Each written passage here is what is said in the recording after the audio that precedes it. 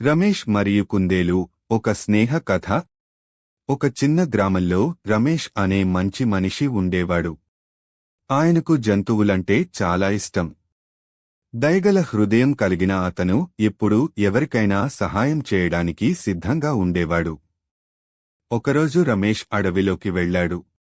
అక్కడ అతనికి ఒక చిన్న కుందేలు కనిపించింది.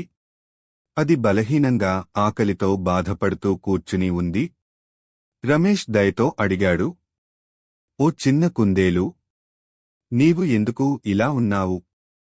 కుందేలు బాధగా చెప్పింది, నాకు 2 రోజులుగా తినడానికి ఏమీ లేదు. దయచేసి నీవు నాకు ఏమైనా తినడానికి ఇవ్వగలవా? రమేష్ వెంటనే తన సంచిలో ఉన్న కొద్దిపాటి కూరగాయలు గింజలు తీసి కుందేలుకు ఇచ్చాడు. కుందేలు వాటిని ఆనందంగా తిన్న తర్వాత ఇలా చెప్పింది, నీవు నన్ను కాపాడావు. నీకు జీవితాంతం రుణపడి ఉంటాను.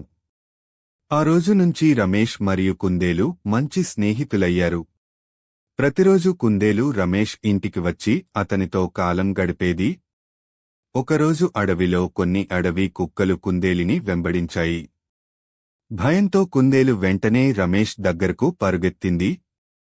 కుందేలు గట్టిగా అరిచి చెప్పింది, రమేష్ అన్నా, నన్ను కాపాడు.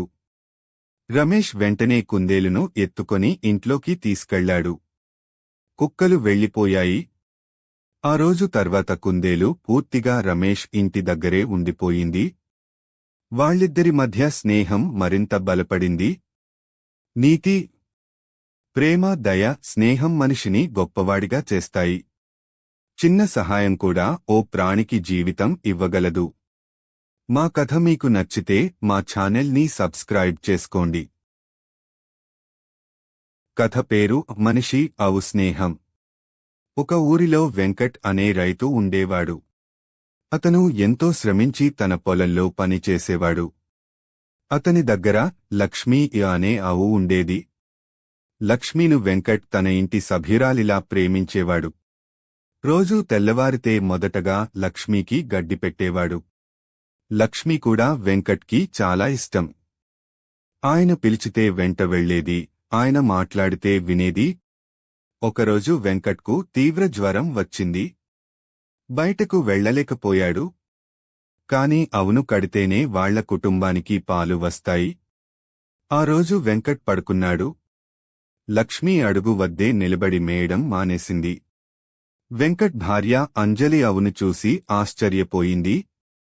ఆమె దగ్గరికి వెళ్లగా లక్ష్మీ మామూలుగా కాకుండా వెంకట్ పక్కన తిరుగుతూ ఎటువంటి ఆందోళనలో ఉన్నట్టు కనిపించింది.